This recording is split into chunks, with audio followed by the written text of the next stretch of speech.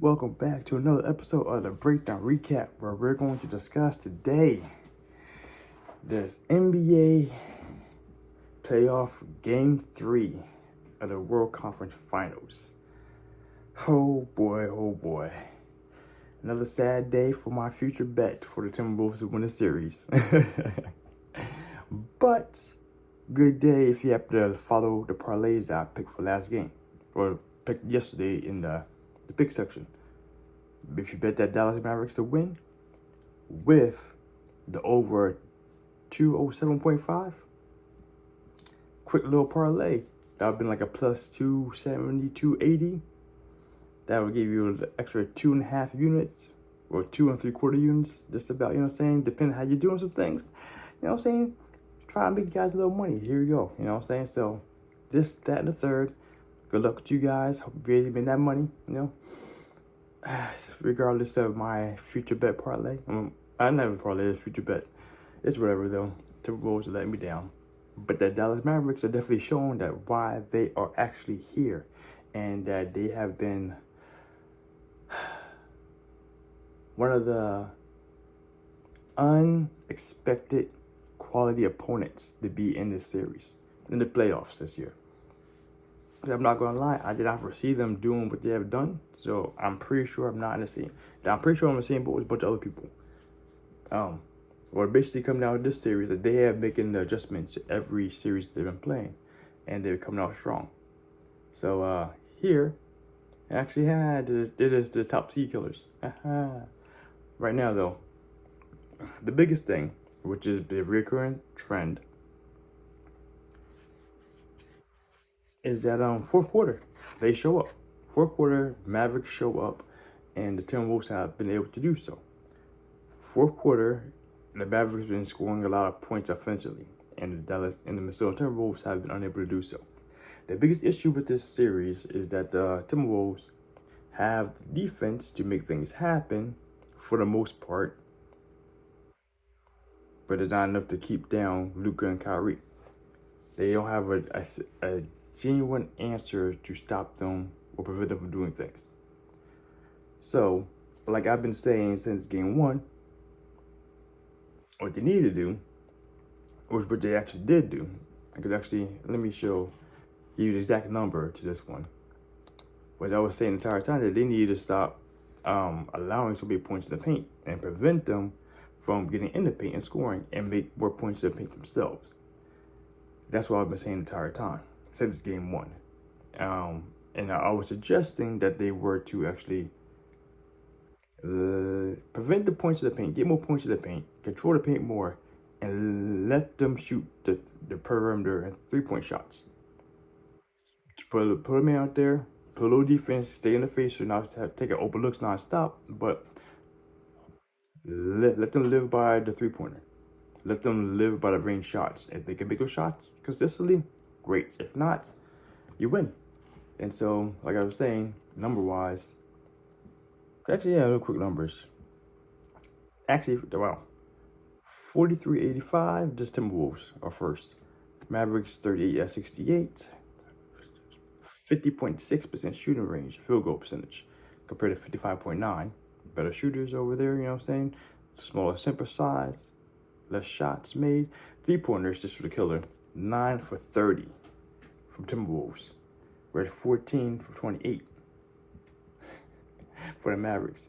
They shot 30% and Mavs shot 50%. Half the shots over there. 14 minus 9 is 5.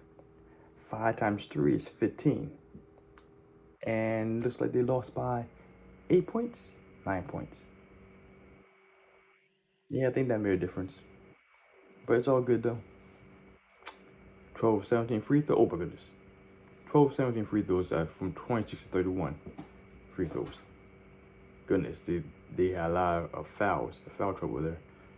Free throw percentage, rebounds, rebounds, they're about even. Assists, 20 steals, irrelevant turnovers, fast break points in the paint. There we go. Here's the number. 50 points in the paint this time for Timberwolves compared to 40 for the Mavericks.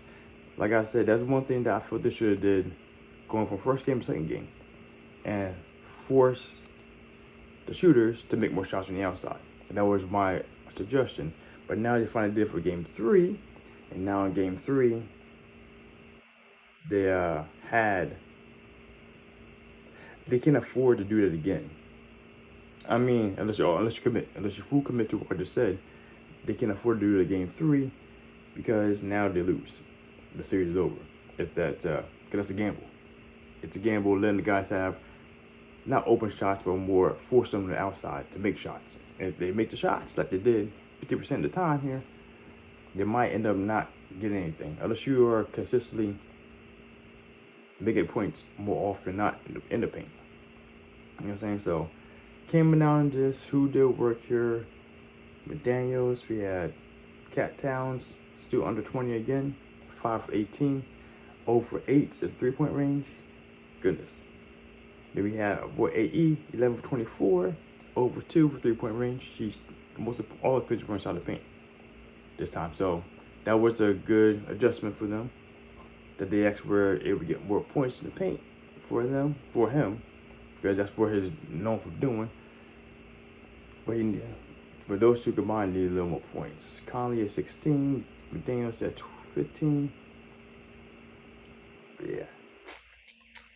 The biggest thing I said, they did what I said to do in game 2 and game 3. And game 3, unfortunately, they made shots. Not they made shots, the Mavericks made the shots.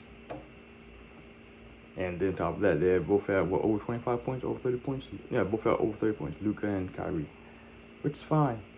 That said, if you can do that to have no one else make points, that's fine. Make Luka and Kyrie have 35 points each, and everyone else have like 6. Different story, you know what I'm saying? That's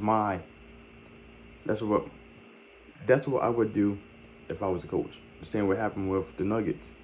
They focus all the score making to be making off of 2 people, if that, or is Jokic and Murray, or Jokic and MPJ, Michael Porter Jr., or Aaron Gordon. Never all 3, and that's what it was. And that's what happens towards the ends. They minimize the shooting for one person, at least one person, or let one person score and no one else really can score.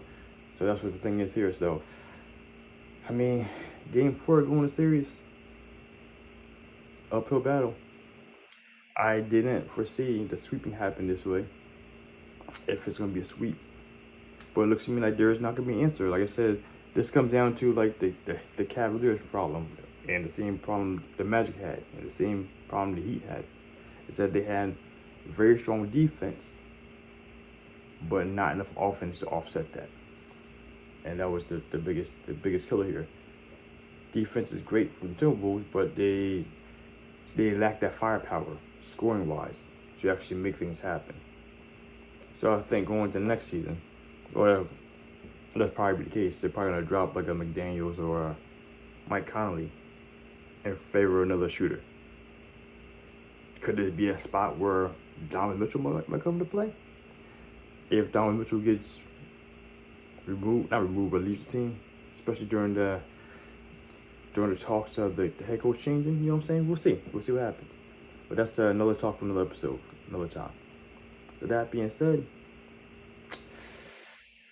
hope you guys play those parlays, like I said. Get that money, you know what I'm saying? Happy gambling grinders. Make a wish. Out.